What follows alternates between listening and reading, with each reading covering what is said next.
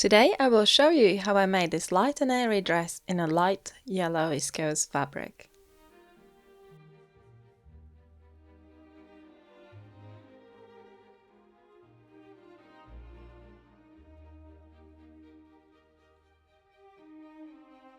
I am using the close-fitting bodice block that I created previously.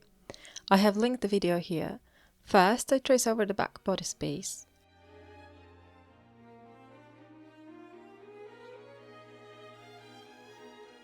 I need to widen the neck opening, so I placed a mark 11 cm from the center back above my block.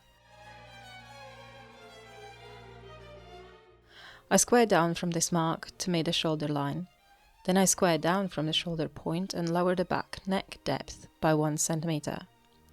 Using the French curve, I connect the back and the shoulder to create a new neckline, making sure that the neckline makes a square angle at the center back and the shoulder.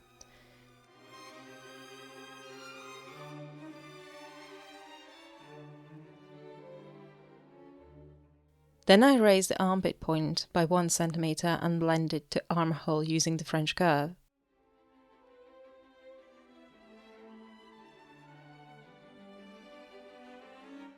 I'm not going to sew the back dart, so I connected dart end points with a smooth curve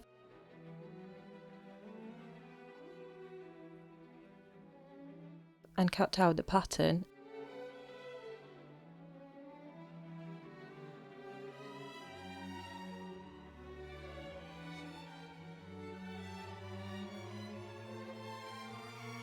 I mark notches on the shoulder dart so I can transfer it later on the fabric. I measure the length of the waistline on the back pattern because I will need to ensure that the front waistline is the same length. I have split my front bodice block at the bust point for easier dart manipulation later. I measure the front waistline to determine how big the front waist dart should be to match waistline length at the back.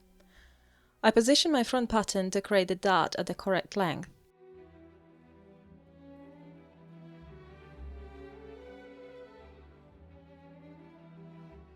I want to add a side dart, so I measure 5 cm from the armpit point and make a mark on my basic block for a reference.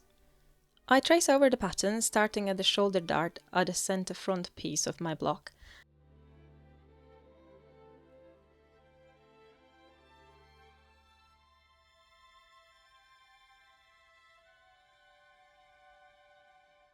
And stop to the mark we made on the side.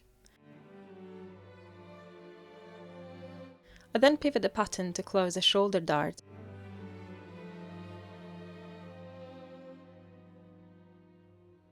and continue tracing the pattern from the mark we made on the side seam. I mark the bust point before removing the block. Now I need to connect the side dart points with the bust point.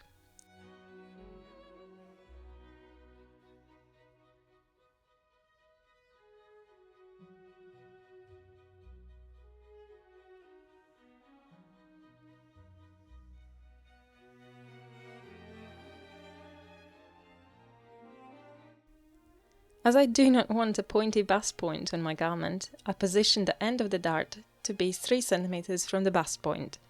I redraw the side dart to the new dart end point.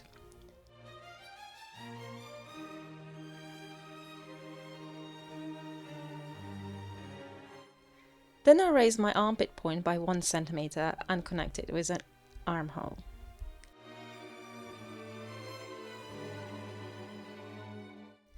Next I need to widen the neckline the same as the back, so I measure the back shoulder length and replicate it on the front shoulder line.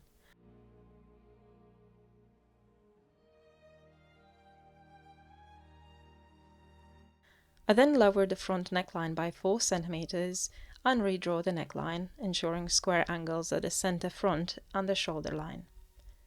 Before cutting out the pattern, I checked that the shoulders match.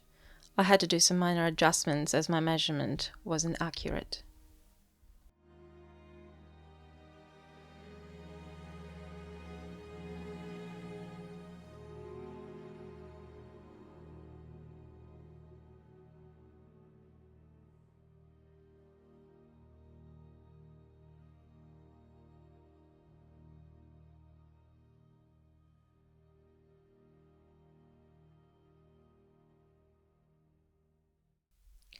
Next, I am drafting a pattern for 1/4 of the skirt. The left side of the paper is going to be a waistline and the right will be the hem.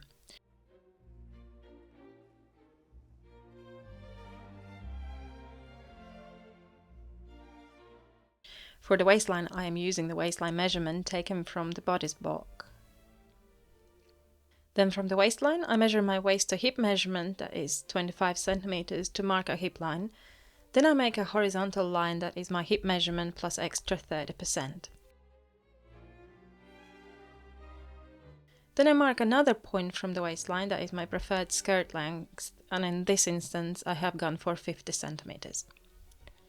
Next I connect the waistline with a hip line and extend the line all the way to the hemline and above the waistline.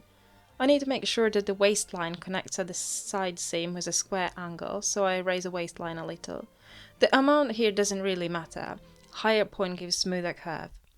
I connect the side seam to waist with a French curve. Next I will measure the side seam to be 5 centimeters long.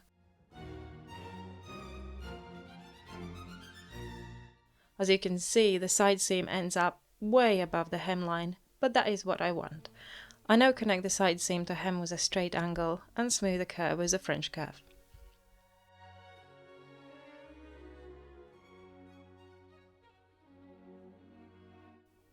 I mark the fold line at the center line and cut out the pattern.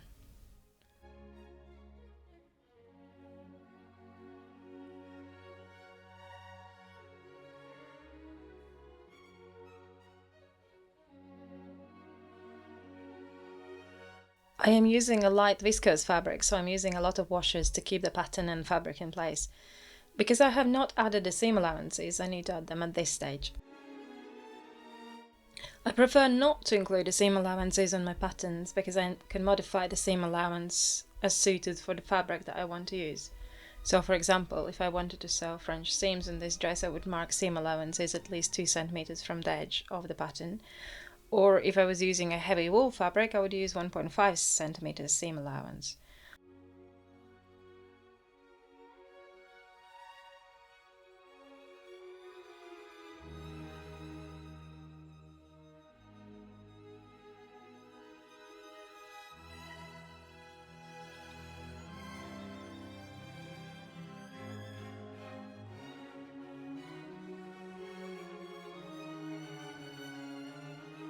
As I'm feeling rather lazy today, my seam allowances today are 1 centimeters, as I will be overlocking most of them.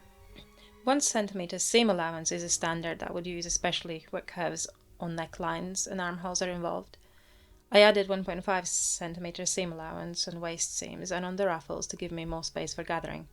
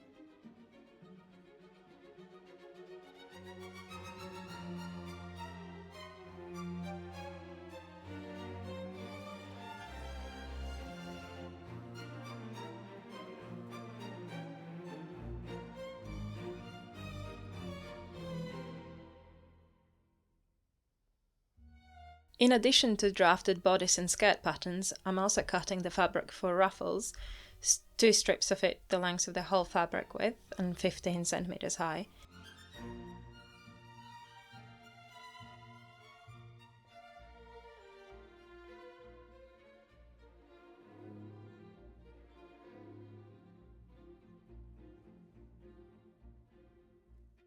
I'm also cutting 2 strips for belt, that is the fabric width and 10 centimeters high.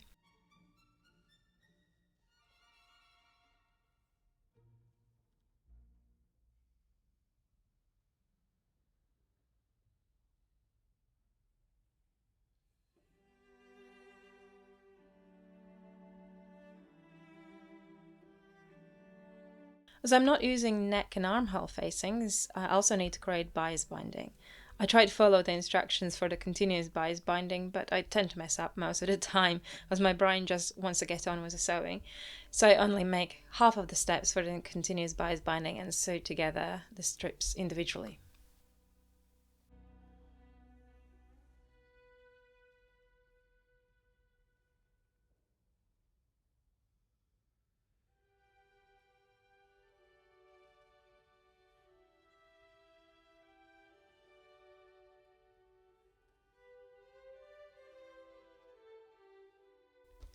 I made the belt first by sewing together 2 strips on the short end. After ironing the seam, I folded the belt in half lengthways and started sewing it together from one of the short ends.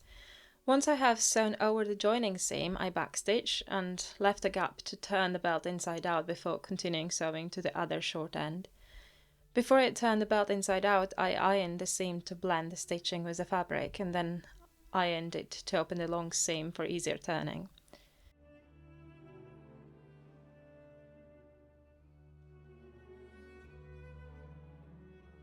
Once the belt was turned inside out, I ironed it and top stitched it all around, closing the turning hole.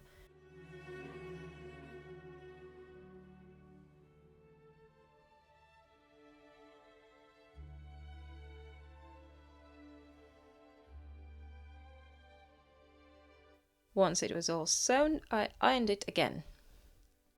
Then I sewed together the darts at the front and the back, then ironed them flat.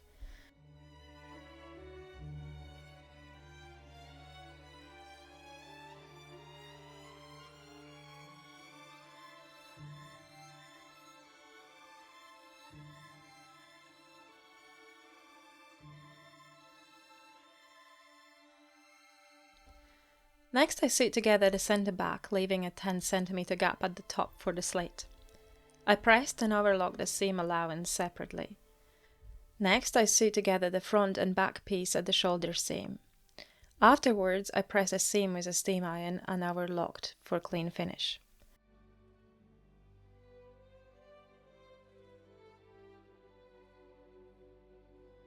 At this point I remembered that I need to stay stitch the neck at the front and back.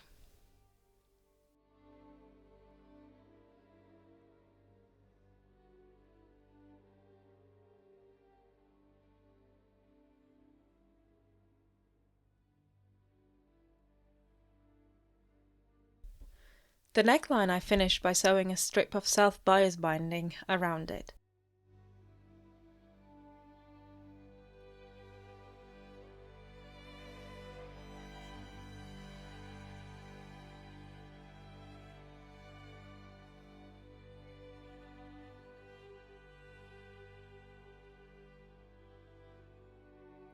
I trimmed the seam allowances and understitched the seam allowance to the bias binding for extra hold.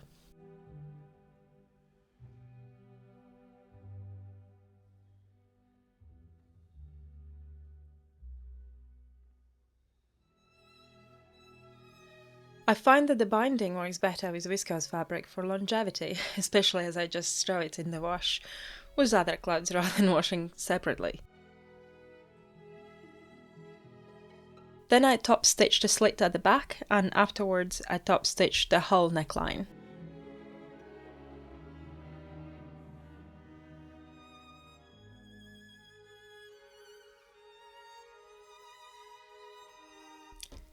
Next I sew the side seams together, then pressed and overlocked them closed. Then I sew a bias binding all over the armhole, overlocked the seam and then top stitched. I then finished all the seams in the skirt panels. First I sewed together the skirt panels, then I pressed and overlocked the seam allowances.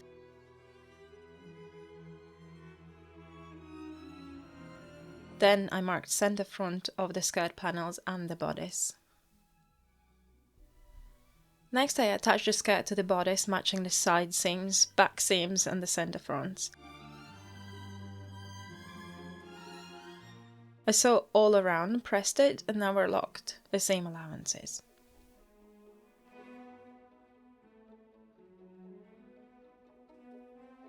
Next I joined the ruffle pieces together on both short edges to create an enclosed circle. I pressed and overlocked the seams, then I overlocked one whole long edge of the ruffle. This will be my hem. I pressed it and then sewed a narrow hem by folding up the overlocked edge.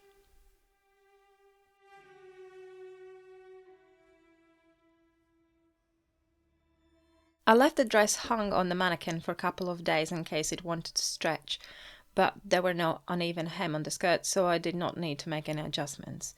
I marked center back and front on the ruffle, gathered the top of the ruffle by a long 5mm stitch.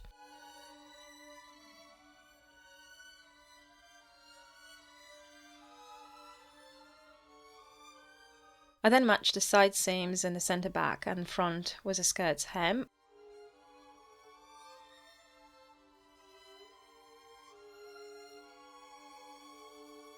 And sewed together both pieces, creating a ruffle.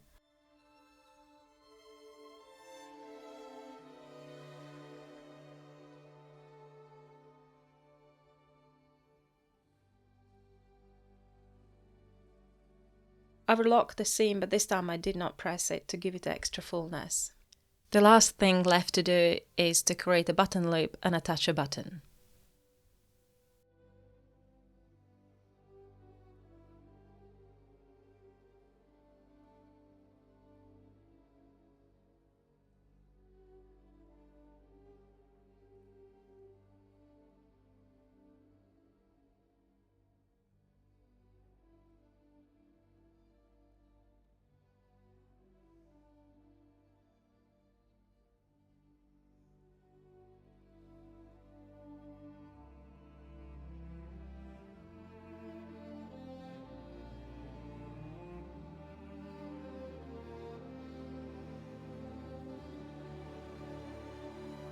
Et voila! The dress is finished. Now I have to decide whether the yellow color suits me.